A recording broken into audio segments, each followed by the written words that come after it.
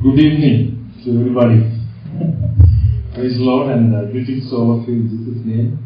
It is a privilege and honor for me to be with all of you this evening. I was also wondering that how will you manage to come and reach this place at 5:30 on a Friday evening. It's definitely a challenging. But somebody said to see somebody's commitment, you have to put them through a challenge. Is good. A nation which has a weakened army, a nation which has a weakened army. അതായത് വീക്കെൻഡിൽ മാത്രം വരുന്ന army ആണെങ്കിൽ it is a weakened, ശക്തിയില്ലാത്ത army, right? So Christian life is not a weekend activity. It is a 24/7, 365 days. So I want to thank each one of you for making it this evening, and also for pastor and leadership for thinking about it. And in this church, they are not actually thinking about investing time for the young people, right? But I really appreciate the church and the leadership for thinking loud and creating this opportunity for all of you to sit here and engage. So I'm not going to preach, no sermons today. We are only going to discuss, okay, and learn together. And we will have some time for Q&A as well. So any questions around what we discussed today, or anything that you have, will also be addressed. Though it is, I saw the poster, we were thinking of doing an apologetics series, but apologetics is a lot of things are there. So currently we will do 2 sessions, and then at a later point in time we will do 2 more on a different topic. So today and Sunday evening we will talk about some of the basics to understand what God intends through our lives and things like that. So let's be very, feel free and no discussion. And I was thinking, should I wear a t-shirt and jeans and come? But then I thought, usually the camp, that is the style. But the moment you wear all these gear, people will say, okay, serious now, don't touch him. But just be very calm and very easy going and understand. So it's important that we understand some of the basic things, okay? So, when I was born, in my young days, my parents were quite strict. Sundays means you have to go to church, morning means you have to read your scriptures. Without praying you cannot go home, and without praying you cannot sleep. That was the thing. And so, let's be very honest, it's boring sometimes, right? Reading the Bible every day, praying every day, it's a boring activity. So I asked my mother that, will we have to pray even when we go to heaven? Read the Bible and pray. Or this is, here if you do it, then it's over.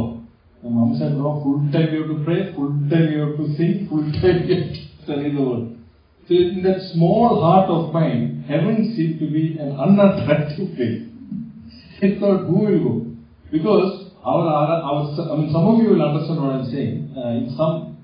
When we are in our church service, like here only, everybody used to sit down, right? And it is 3 hours. I don't know how much is it, 3 hours only, I think. Or typically Malayalam church is 3 hours only. So, but we have to sit in the Padmasana position. And after 45 minutes, acrobatics only. Putting the legs here, putting the legs there, up and down. And my mom's brother was the pastor. Very strict. Very strict. So he sits, and usually they will sit behind the pulpit. They will sit like this, behind the thing, and 2 or 3 pastors will be there. Though he is sitting, he is peeping and seeing who is not sitting properly, who is, and I used to be caught every now and then for, I'm either drawing or doing gymnastics, because you cannot sit. So for me, I thought, my God, Sunday 3 hours sitting like this itself is a pain. Are you telling me that you go to heaven and 24 hours, 365 days is going to be? This is what God has created me for. It was an unattractive proposition. But nobody gathers strength to tell your parents. So that was the case. But when I understood, when I grew up and came to college and I read something, heard from many men of God, I understood that actually God did not only create us to put and do worship. Worship is a part, but it is not to be in the church all the time. Now listen to me carefully. There is a gathered church and there is a scattered church. Yeah. The church which comes on a Sunday is the gathered church. The people whom we need to reach in the world are the scattered church. God wants the gathered church to work towards the scattered church. Are you with me so far? Right? Church cannot limit itself in the four walls. No. The gathered church must have a project to reach the scattered church. Meaning, our life must be the light and the salt. And it is scriptural. We will see it in a little bit to understand why God created us. So when we talk about creation itself, it starts in Genesis. Very familiar verse, right? Genesis chapter 1. We all have studied this from our childhood. But in these verses there is something very interesting. What does it say? It says, in the beginning. What was it? In the beginning, can we read together? In the beginning, God created the heavens and the earth. Now what was the condition of the earth? It was formless, empty, darkness was over the surface of the deep, and the Spirit of God was hovering over the waters. And God said, let there be light. And there was actually the first creative command from God was this. First creative command. Even before He created everything, the first creative command from God was what? Let there be light. And it was given in response of what? Formlessness, emptiness, and darkness. So scholars say, creation was God's response to emptiness, formlessness, and darkness. Creation was God's answer. It was God's response to formlessness, emptiness, and darkness. And then He goes on to build the skies and the stars and the earth and the water, the fish and the plants, every other thing.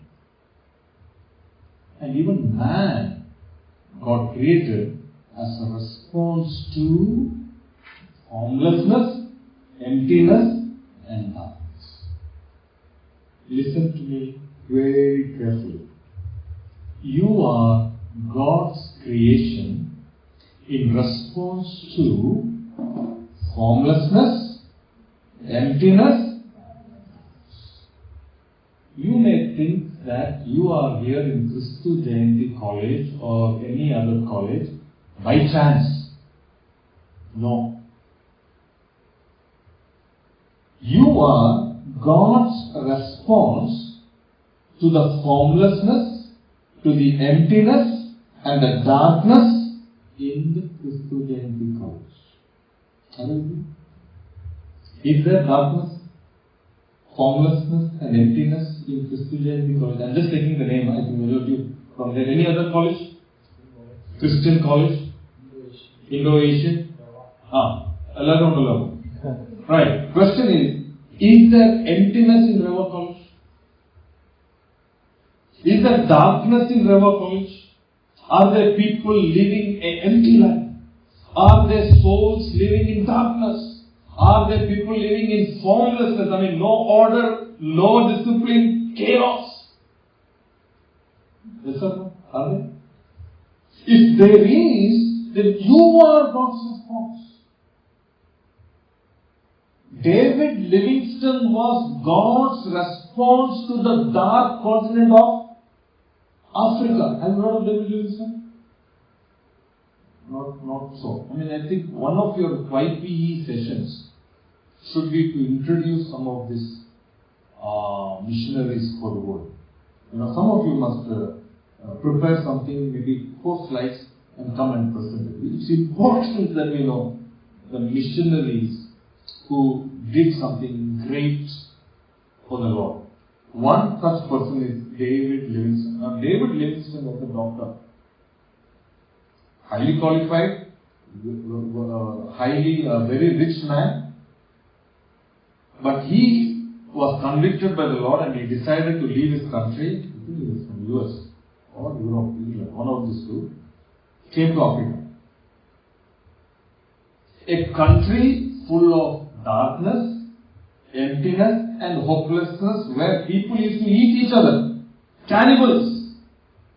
And friends, today, in countries like Uganda and Kenya, there is a country called Malawi in Africa, which the president of the country is a pastor. If a country's president can be a pastor today, the reason for that is that one David Livingstone was God's response.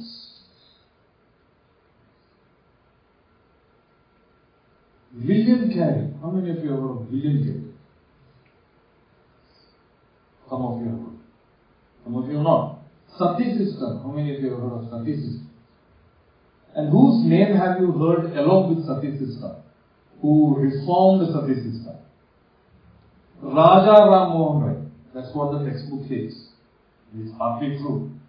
But it was William Carey who initiated it, put pressure on the British government, and thereby, with the help of Raja Ram Mohan Roy and his movement, made sure that the country of India will abolish such a horrible, horrendous activity called killing widows.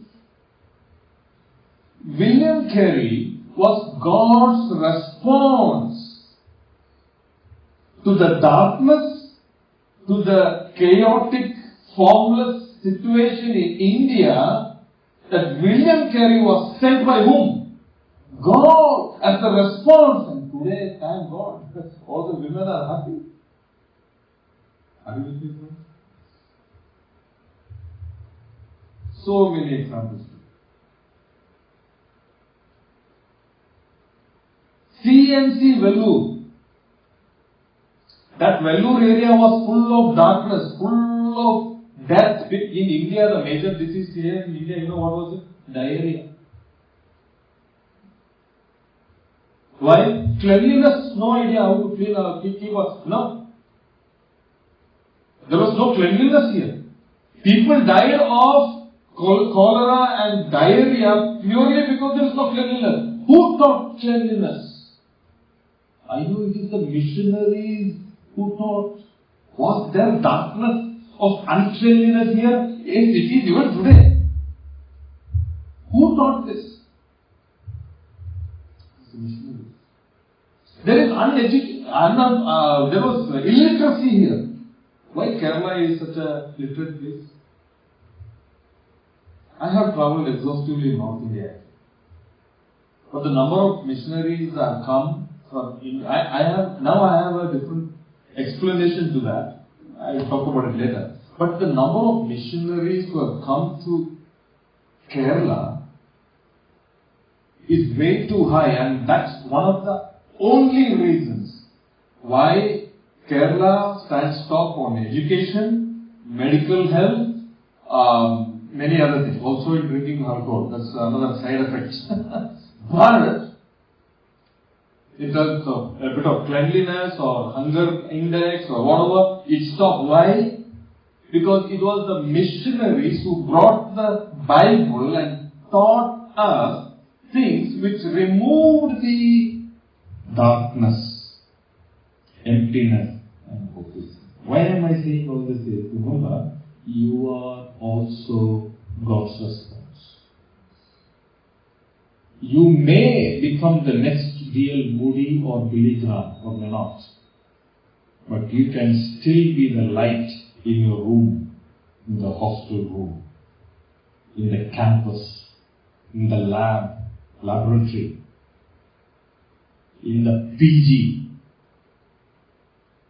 bringing about light and form and discarding emptiness, darkness and formlessness. So first point, you are created, you are God's response. Why did God create me? No, He created you as the response. We ask this question, especially when we have mathematics exams. Why did God? We all become philosophical. Study is one bit. Excel in that also. Why? You are the God's response. So God responded by creation. But how did He do it? Let me go very slow. But this is fundamental. He put the frame and then He filled it. What does that mean? Just like building this building. How did we build this building? We put the structure first, isn't it? We dug the ground, put the foundation, put the pillars. That became the frame. Did that become church already? No. When did that become church? After the interiors? Then when? After we bought the chairs? No. When did this become church? When they put the board? Tell me. Go on. All answers are right answers. So you can tell me. No problem. Tell me more. When you came together, when God filled this place with you, this structure became a church.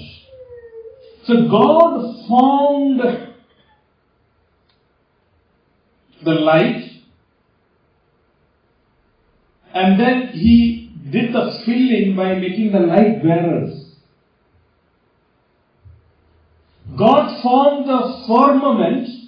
Firmament means both the sky and the sea. He created the sky, filled it with the birds.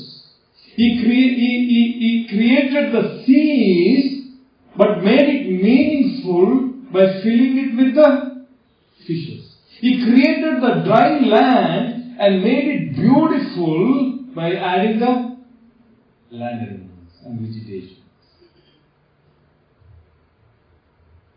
God created the form and the filling. Are you with me? Is it too confusing? And then He created us in His own image. And then He said, do everything that I have done. So you are created in the image of God to form and to. Are you wondering, what will I form, what will I fill? Well, that's the point. In an area where there was no medical facility to treat people, one Ida Scudder from CNC Vellore. CNC Vellore, you have heard CNC Vellore? You have heard about it. One of the Asia's best hospital. She created the form. God used Ida Scudder to create the form. What? Medical hospitals, and filled it with individuals, thereby becoming a blessing to not only South India but Southeast Asia. Are you with me? So you and me are called to form and fill. Not somehow live and eat and attend church and die. No. That's not God's plan. When you are at a workplace or when you are at a college, you are called to form, meaning you cannot be just like any other ordinary person surviving there. No way. You have to be excellent to create form and fill. That's exactly what who did. Can you give me a couple of examples from Bible? who formed and filled in a hostile condition, in a hostile world? Old Testament. Come on. Joseph. Joseph. Who was he? King's first cousin? No, slave. But Joseph brought the biggest food policy of human history. First ever. You see, form and fill. Right? So if God expects me, I thought it is all about clapping hands and saying hallelujah and 24/7 going to church. It is part of worship, that's fine, but I am God, made in the image of God to form and to fill. To create order where there is orderless. To fill the things where there is emptiness. To be the light where the darkness is. And for that to happen, God gave me His image and sent me. What is His image? Creativity. Are animals creative? I know the last time you saw a cow drawing a fine art. Compose Mozart. No! Human beings created in the image of God, creative, ability to compose, ability to write, ability to build, ability to do so much wonderful things to remove emptiness, darkness, and darkness. So you are special, you are very special, very unique. And that must be your thought process. And how did that do it? There are 3 verses in the Bible. It gives us a picture about what God had in mind when He was creating human beings. 3 verses given in Genesis. Genesis chapter 1:26. Let's read it. What does it say? What is the word there? 1:26. Then God said, Let us make. Mark the word make. The word make in Hebrew is called asa. Asa means to make. Make means to construct. So when you construct, before construction, what you will have? You will have a plan, isn't it? Without a plan, will you construct? No. So when God says asa or make, means He had a plan in His mind. He didn't randomly create man. No. He had a plan, just like how we construct this building or any house or any auditorium. We don't randomly construct it, we do it with a plan. First the plan is made ready. So here, when God says, God, let us make man, means He had a plan in His mind. The second verse in 27, 28, what does it say? God blessed them and said to them, 127. So God Created. Sorry, that needs to be 27. What is the word now here? Created. What was the first word? Make. What is the second word? Created. The word created in Hebrew is bara. Bara means to create something out of nothing. Now this is important. Charles Darwin's theory says that we were created not from nothing, but from something. I mean, like we were monkeys and we got extended to be human beings. It's not biblical. I mean, the Bible clearly says no. Bara means nothing like this. Out of the world, out of the box, very unique. And that's why the Bible says, I have created you wonderfully and beautifully. I have knit you together in a mother's womb. So, first God had a plan, then He created out of the world, out of the box, I mean nothing, completely unique and new, bara. And then, in Genesis 2:7, Then the Lord God formed. 3 words we learned today. Yetza. It's called Atza or Yetza. Atza means formed. A potter forms the pot using the clay. What is the meaning of form? He is doing it with a purpose. So God created man, Asa. He had a plan. He made the bara, means he created so uniquely different and beautifully and wonderfully made. Third one, Yetza, for us. Are you with me? So last time when I was in a camp, somebody said, Uncle, I don't know what's the purpose of my life. It is like this bottle saying, I don't know what's the purpose of my life. Do you know what's the purpose of this bottle's life? There's no life, but imagine. What's the purpose of this bottle's life? Hold water. So there is nobody in this world who doesn't have a purpose. No way. You've been created in the image of God. Asa, Bara, and Yetza, formed. What? To be in His image, to form and fill. This is fundamental. You may be wondering, I don't know what big things I will do. Hold on, wait, don't worry. We are all thinking of becoming the big things. I mean, God is interested in small things. No. I am doing a little bit of gardening these days, so it's very interesting. Let me ask you, which part of the gardening do you like?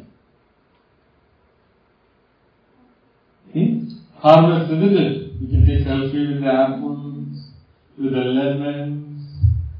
You can run in the ad they show the girl running with the basket among the fruits and plucking it. It's so beautiful, isn't it? Lovely. It makes great Instagram post. But my Baba, before the fruit comes, what has to happen? Labor has to happen. And is labor attractive? What is labor? Getting on your knees, scratching the ground, pulling out the weeds, putting the insecticides, taking the insects out of the leaves. That's not attractive. When was the last time somebody took a post, put a picture and posted with a caterpillar next to the lemon plant? My job these days is to visit my lemon plant every day to check if there is a caterpillar. Who does that? Christian life is not about harvest per se, but gardening. People like D.L. Modi and Billy Graham and maybe Ronald Bonke, and you may be wondering who are these people. Billy Graham, you know. D.L. Modi, you know. Ronald Bonke, you know everybody. They were the harvesters. Of course, they did not come just like that, no. They have paid their price. I remember the story of one of the speakers. I think a group of Bible college students were taken to John Wesley's house. And the Bible teacher, the guide, was actually leading them through every room. This was Wesley's room, that room, and then they took him to the prayer room. And in the prayer room, there were two spots. Because John Wesley used to kneel down and pray, the two spots were there. He used to kneel for hours together and pray, and that two things has created a mark there. People were really mesmerized. And after the showing everything, John Wesley, they were ready to leave, and they realized that one person is missing from the group. So when they went back to check where is this person missing, and when they came to that prayer room, there was one boy, kneeling down on the same marks and crying out, Lord, do it again. Lord, do it again. You know, the teacher called Billy, get up. You need to go now. There was Billy Graham who kneeled on the same spot of John Wesley and asking Lord, do it again. What made them the harvesters? They went 10,000, 6,000, they paid a price. But what I'm trying to say is we all want to become the Billy Grahams. But may not be what God's designed for us. But God probably is asking us to be the gardeners, to do one at a time, one roommate at a time, one colleague at a time, one family at a time. That could be our calling. But even taking that as intentionally, and remember, for that God has made you, created you, formed you with a plan and a purpose. Nothing is by chance, but it's clearly planned and formed and with a purpose. And missing that out, I think that's a big loss. It's not about making big money, okay? It's not making a big house. These are all incidental. It can happen. You may build a big house. You may have a big car. You may have a big thing. That's incidental. But the big purpose of God is that you will be there. And then God did this. He created to establish His kingdom. And through whom? Through man. And man was expected to do something called the cultural mandate. What was that? To behave, to be God's reflection, to be God's character, to represent God's rule, harness the potential, create beauty and order. I'll give you an example of how God intended man to harness God's creation. I have traveled to Netherlands. In Netherlands, in Amsterdam, there is a museum called the Torture Museum. Have you heard? It's really sickening, I'm telling you. You go into it, you come out depressed. They have showcased the machines that they have planned to kill people. Something which will split you apart, something which will shred you into small pieces. Machines, they have created it. This was Netherlands several years back. Who wants to go to Netherlands? Today they all want to go.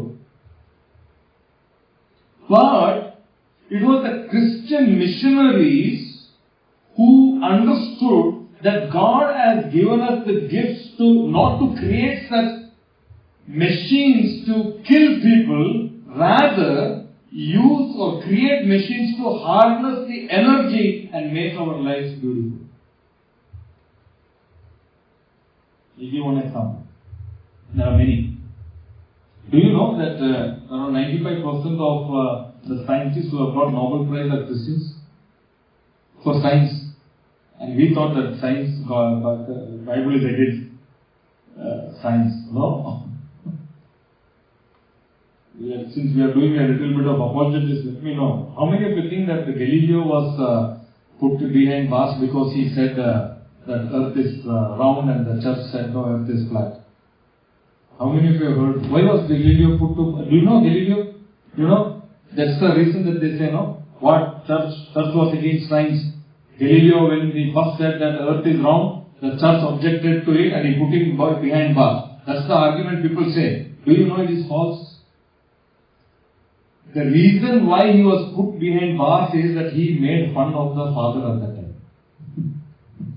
He wrote poems which was making fun of the big bishop there. And for that reason they put him in the jail. Not for saying that earth is round. But in popular news, everybody is saying that. We should contest that.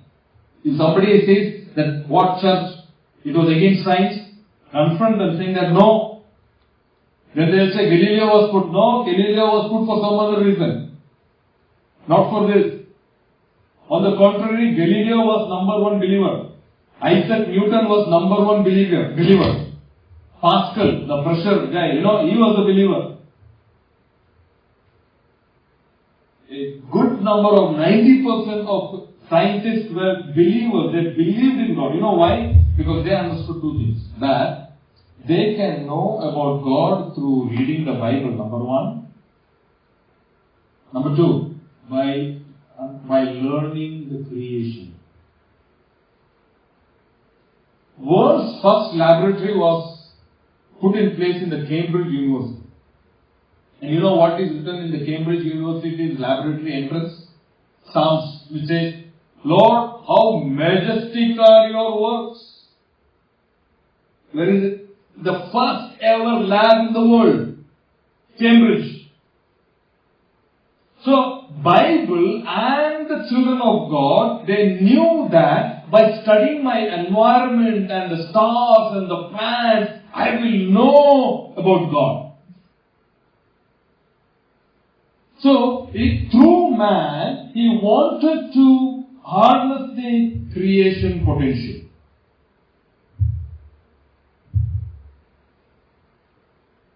If you were to see a picture of a woman and a small kid carrying water, what do you think the picture is? From which country do you think the picture is from? Imagine I am showing you a picture of a woman and a child carrying water on their head. And I want to guess which country is this from. From India. How did you know? Okay, we'll come back to that. Which other country it could be?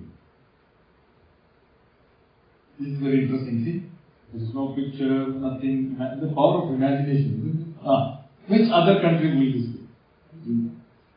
Africa? Why not UK? Why Madama and a Madama boy cannot walk around with this one? Why not? Good question to ask, isn't it? The reason being, the Indian culture and the African culture treated women as entities who will help in taking care of house chores.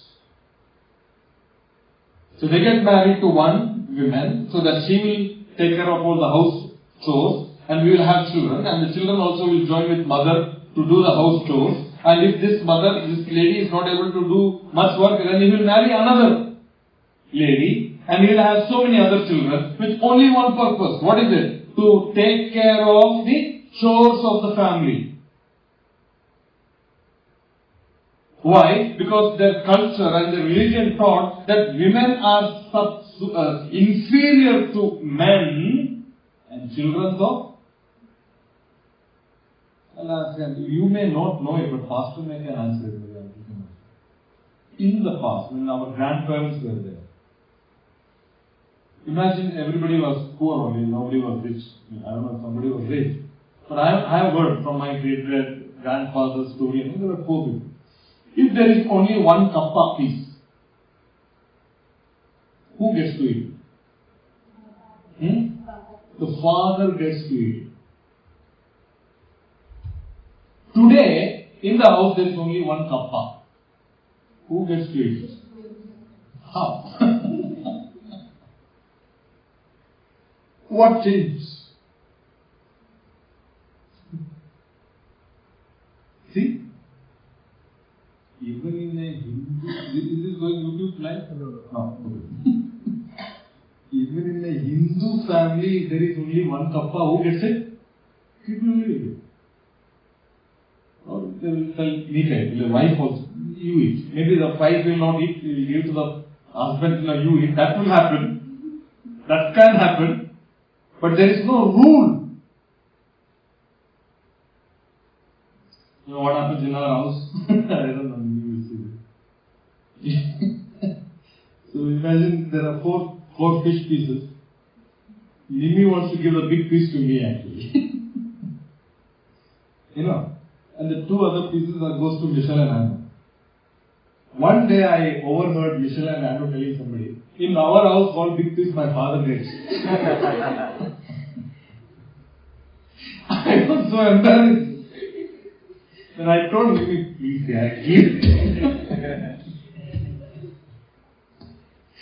in that small heart, no, they look at me this way. You take away all the big pieces.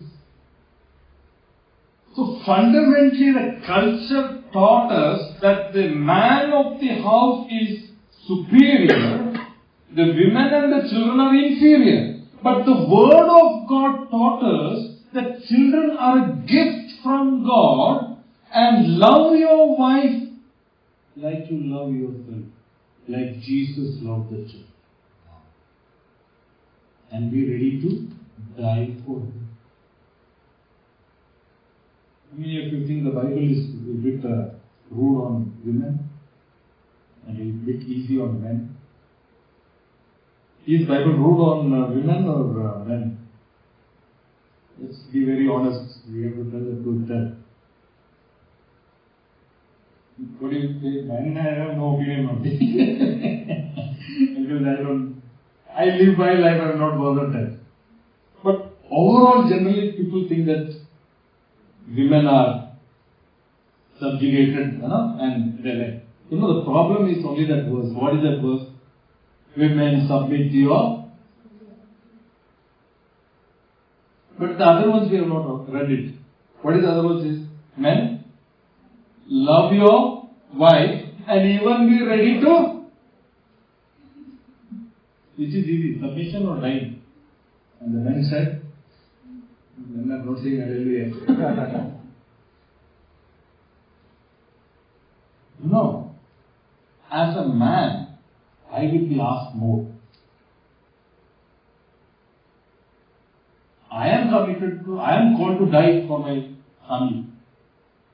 I am called to be the priest of the house. You know what used to happen in the olden days, priest? It's a very interesting thing actually. How did this bell come? Do you know how did this bell come? Okay, the Indian bell is different. The Indian, they use the bell to wake the god. Because according to them, the god is sleeping. The god actually is sleeping. So when you go to the temple, they ring the bell. And when they ring the bell, God is up. And there is a little tactic. So when the pujari goes into the puja, that most holy place, and rings the bell, that's when the devotee has to pray. Because when he rings the bell, God is up, and that's when he will hear. And the bell stops, God will immediately go back to sleep, and whatever you pray will not be here. So in one case, what happened? One guy had an exam. He had 11 subjects. When the pujari started, he started from chemistry, biology, mathematics, Hindi, the bell got over. After that only he said, God, Hindi. By that time, God slept. What happened? He wrote exam, he passed everything. Hindi he failed. Why? Because by the time he said Hindi, God. So next time he decided to bring Hindi first. This is not a joke. This is an instance told by Dr. Rajkumar Ramchandran. I don't know how many of you know. He was a Brahmin. He was born in a Brahmin family and he was a big engineer with Siemens. And now he is a very big Bible teacher. So he said, I failed. Then I thought, another one more bell, if he had continued, I would have passed. But next time when he came, that was his teaching. That is what he ever taught. So the people, the men who understood the Bible, saying that, hey, your women and your children are not entities for you to use them for your own purpose. Rather, they have to be loved, nourished and cherished. Your wife and your kid is a gift from God. The people understood that I will not send my wife and my kid to fetch water, but I will invent something to make sure that water reaches our place. And thereby, they invented windmill. You see? Actually, every creation, every discovery or invention was to help somebody or something. And in these two continents, Indian and African, there is no concept of helping anybody. Why? Because it's your karma. Have you heard of the word karma? Now that word karma is international. I heard Sai Kumar telling karma. It's karma. What do you even know about karma? That's why in the European countries, of course they were bad at one point in time, but then the missionaries came, when they went through the catechism, when they went through the biblical studies and understanding, they understood. Oh, they understood that, hey, no, my child is precious. My wife is precious. I cannot put her into all these chores. But we can use God-given wind, energy to create something, to lift water from a low-lying place. Use wind, create, windmills to not only pour water but also to grind the wheat. And that's why even in India, Make in India will not happen that easily. Why? It's not in our DNA. Don't tell this outside, but that's a fact. But that's where we have to become the light and the salt and bring about a change in everything that we do. Because here, if somebody died of leprosy, they didn't have compassion to that person. Why? Because of karma. Karma said that you are a leper today because of what you did in the previous janma or previous birth. So you are suffering today. It's your karma. Who am I to interfere in the karma? Do you know the first leprosy homes in India were a gift of the missionaries? If a person has leprosy, he was thrown out. He's thrown out of the city. He's thrown out from the community. He has to die. That's it. But it was the missionaries who said, no, this person is a leper, I understand, but he is also created in the image of God. The Good Samaritan story is a story of compassion. Ready to spend my time, energy and money to safeguard. Who is this guy, Samaritan? He's not my first cousin. He's not somebody whom I really must be bothered about. No, he's the lowest of the lowest. But the Good Samaritan story, which was taught in the church to the people, they understood that I need to love them and show compassion. Thereby, orphanages, leprosy homes, old age homes, schools. How? Why? Remember, hardness creation's potential and create beauty and. Are you with me so far? God learned to love. People learn to love each other through the love of what Jesus. What is love? How can we define love? John 3:16 is the epitome of love statement, isn't it? For God so loved the world. And because of that we say we love each other. And we are even ready to care for each other, pray for each other, work for each other. What is the basis of this? For God so loved the world. So we learn to love each other because God loved. Right? And then learn to love himself and others. So this is creation, friends. Is it interesting? Are we learning something new or is it boring? It gives a new meaning, isn't it, to our life? But in order to have this happen, some things are there, some basic things we have to understand. And that we will understand when we look at the creation. Now, God wanted to create the plants, the vegetation. Right? How did He create it? Genesis 1:11. Can we read together? Then God said, let the land produce vegetation. So, Actually, we think that God said, let there be plants. That's what we think. No? But did He say that? No. What is He saying? Who should produce? Who got the order from God? Actually, the land received the order from God. It's not that God said, let there be plants. No, He didn't say. We are thinking like that. But actually, if you look at the word, it says, let the land produce. So the order of creation was given to whom? Land. So the creative order of God fell on the land, and you know what happened? You know, the chemicals in the, there was a animation. You know what happened? The word of God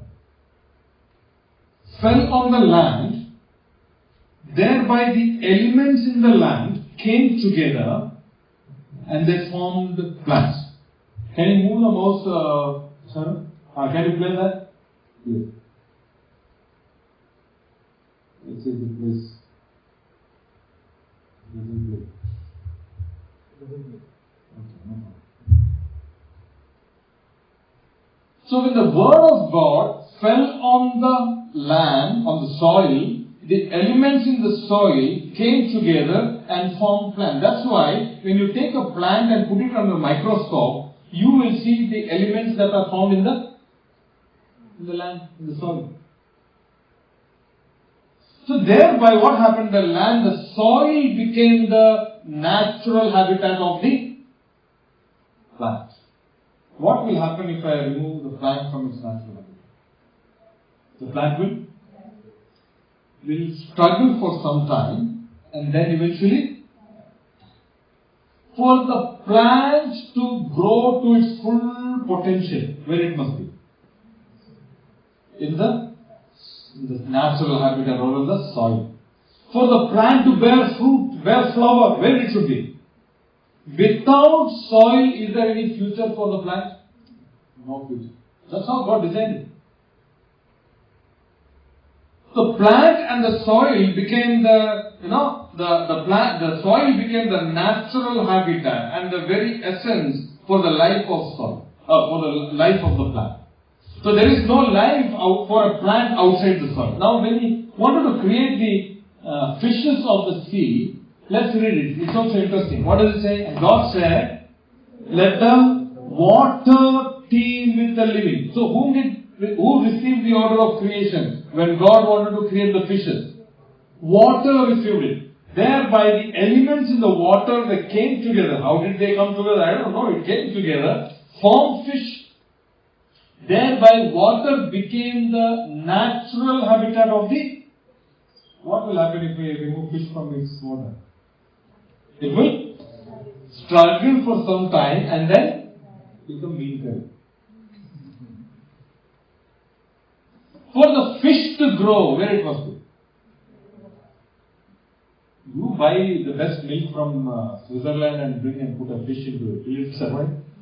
Why? Best milk. Why? Skin will be good for the fish. No, Baba, anything in the world will not help. It needs what? Without water, the fish has no future. For the fish to grow, for the fish to have a flourishing life, it has to be in the water. Without water, no life. Water became the natural habitat. Then we see that God wanted to create, this is what. Okay. God wanted to create human beings. How did He create? He said, let us make mankind. Now, this is an interesting thing to ask. When God wanted to create plants, He gave the order to the land.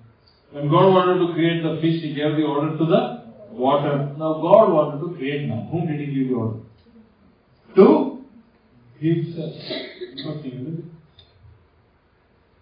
But how did God create man? In His own image, but how did He create it? From the sand. I can understand sand because she has only seen sand. But what does the Bible say? How many of you think that God mannu coincified and made man? Made man out of clay. Have you heard somebody say that?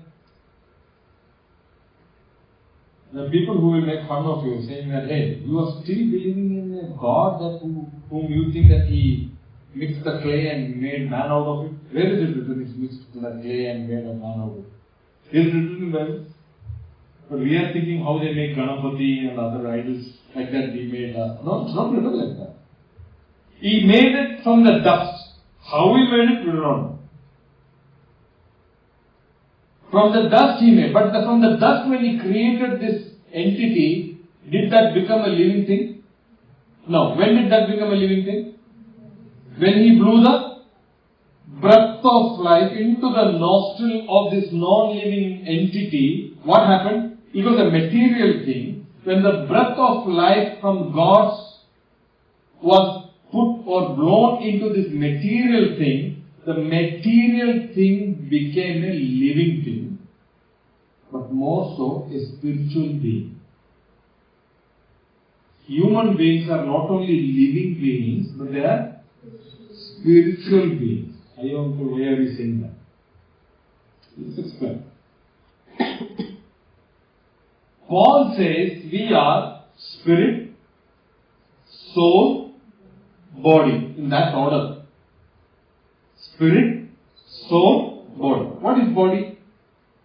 5 senses. Flesh. You are hungry, you are dark, you are light, you are weight, that all that, that is what you are thinking. That's your body. What is your soul? Soul actually has 2 things. One is your logic, one is your emotion. But the information that you are sitting here, uncle is screaming from half an hour, when is he going, this whatever you are thinking, is your soul. What is your spirit? The spirit is that connection that you have with God, which tells the moral fabric, which tells you this is right, this is wrong, which guides you, that the connection with God is the spirit. So the connection which helps you to connect with God is the spirit thing. The knowledge and the information that you have is your soul. The 5 senses is your body. This is what anatomy, not anatomy, the spiritual anatomy of a human being is. But what is the difference between a human being and a cow? What does cow not have? Spirit. How do you know? Simply because you don't see a cow going and committing suicide. Have you seen a depressed cow? Somebody said, uncle, every cow looks depressed. Actually true, isn't it? But you're right. It doesn't need a counseling. Why? Dog doesn't need a counseling. A cow doesn't need a counseling. A deer doesn't need a counseling. An elephant does not need a counseling or any other guidance. No. Why? Because there is no spirit. But what do they have? Body. That's why they are hungry. They eat. They have soul. That's why the mother takes care of the baby. That's how a weaver bird knows how to build its nest. It's the soul. It has an information built in it. But what is missing is the spirit, the need of the God. And the need for God is only applicable for whom? You and me. Why? Because we were created in the image of God. With me, friends? That's why when we lose the spirit thing, people will behave like animals. What's happening today in Gaza? What they have lost? Spirit. They are ready to kill a baby, to butcher them, to chop them. Why? I mean, it's unbelievable. Why? Because it's all body and all soul, that spirit is gone. So God created man in His own image. He gave the order, and the material thing not only became a spiritual thing, a living thing, but it became a spiritual thing. So you and me are spiritual beings. That's why Pascal, the person who invented pressure, discovered pressure, he said, every human being has a God-sized vacuum in him, which can be only fulfilled by whom?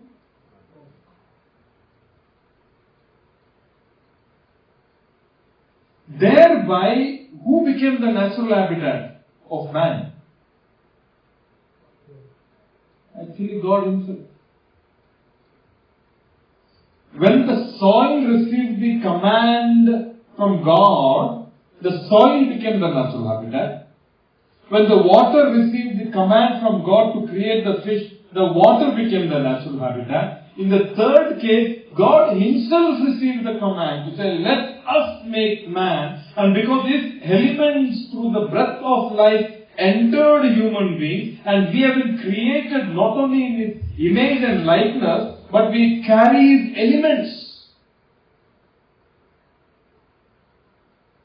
of ability to create, to be good, to be loving. That's why even an atheist can be loving. Why? He doesn't have God, he doesn't believe in God, but he can be still loving person. Why? Because he is also created in the image of God, and because of sin the image has distorted, but some goodness is still. So when an atheist will come and tell you that I don't need to be a Christian to be loving people, this is your answer to him. You are loving still because you are created in the image. Because God is love. If you are a random amino acids and chemicals, you don't have to love. Your theory is survival of the fittest. Hit him, kill him, get on top of him. But you are talking about love. I am surprised. Are you with me? Right? So, thereby God became, that's why in Acts chapter 17, verses 28, we read this verse, for in Him we live and move, and who is this Him? Jesus. Our God. Question? And the time went by so soon. What happens if you remove man from his natural habitat? Who is the natural habitat of man? God. So what will happen to man if you remove him from his natural habitat? He will struggle and eventually. Do you see people struggling? Do you struggle? And we think the solution for struggle is singing some song or dancing or going abroad, changing the hairstyle. Okay, I don't have hair, but I have a style. We think that's the solution. Is that the solution? No. What is the solution? Coming back to God is the solution. A fish is outside the water. We are trying to give oxygen to the fish, put him in ICU, give him vitamin D shots to make him survive. Will it survive? What does it need? That's it. It needs water.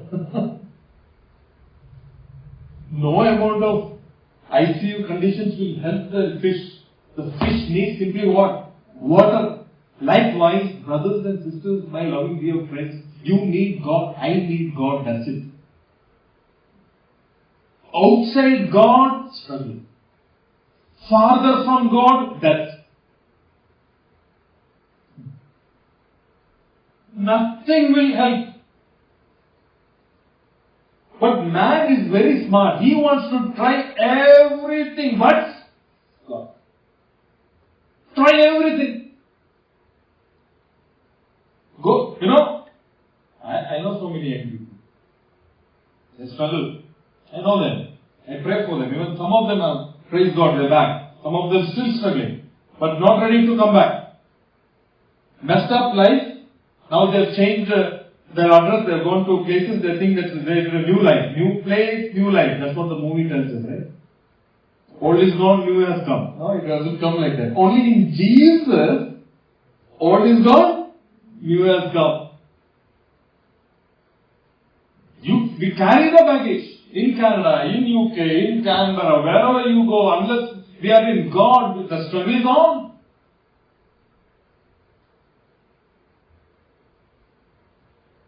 Job is not the solution. Somebody said, I get a job, I'll be sorted. No! It's the beginning of other problems. So marriage is the solution. Trust me, no. I sometimes wonder, avane kettichu utta seriya. Ayyo, vashalathu. Avane kettichu, before kettifying only one problem. Now we have two problems. No? What's up? Sometimes in the church we try to do that. Not to encourage somebody, we say, let's encourage him, let him sing, lead the song next Sunday. Will it help him? It's the blind leading the blind. Arey Baba, he doesn't need stage. What he needs is Christ. Are you with me? See, this is the truth. So I tell young people saying that when I say, we are talking now I am going to prescribe something. You may not like it, but that's the only solution. It's like telling a fish, go back to water. And the fish says, stop talking about water, I feel depressed. Hey, it's like that. Don't talk about God to me. Every time you only think to talk to God about God to me, I don't want to talk to you. Hey, there is no other solution, dear friend. It's like a fish getting annoyed, getting angry. How dare you talk to me about water? I hate water. It's so funny when we compare fish and the water, isn't it? When we compare it with man and God, it sounds abstract. But it's the same thing. And the beauty is, I'm going to finish. No fish will ever come out of the water, no matter what. Have you seen any fish coming out of the water and walking on the street? It is like what say. Any fish? No. Some attempts are there, that's it, end of the story, history is over. No fish ever. However filthy the water is, dark the water is, because the step away from water is.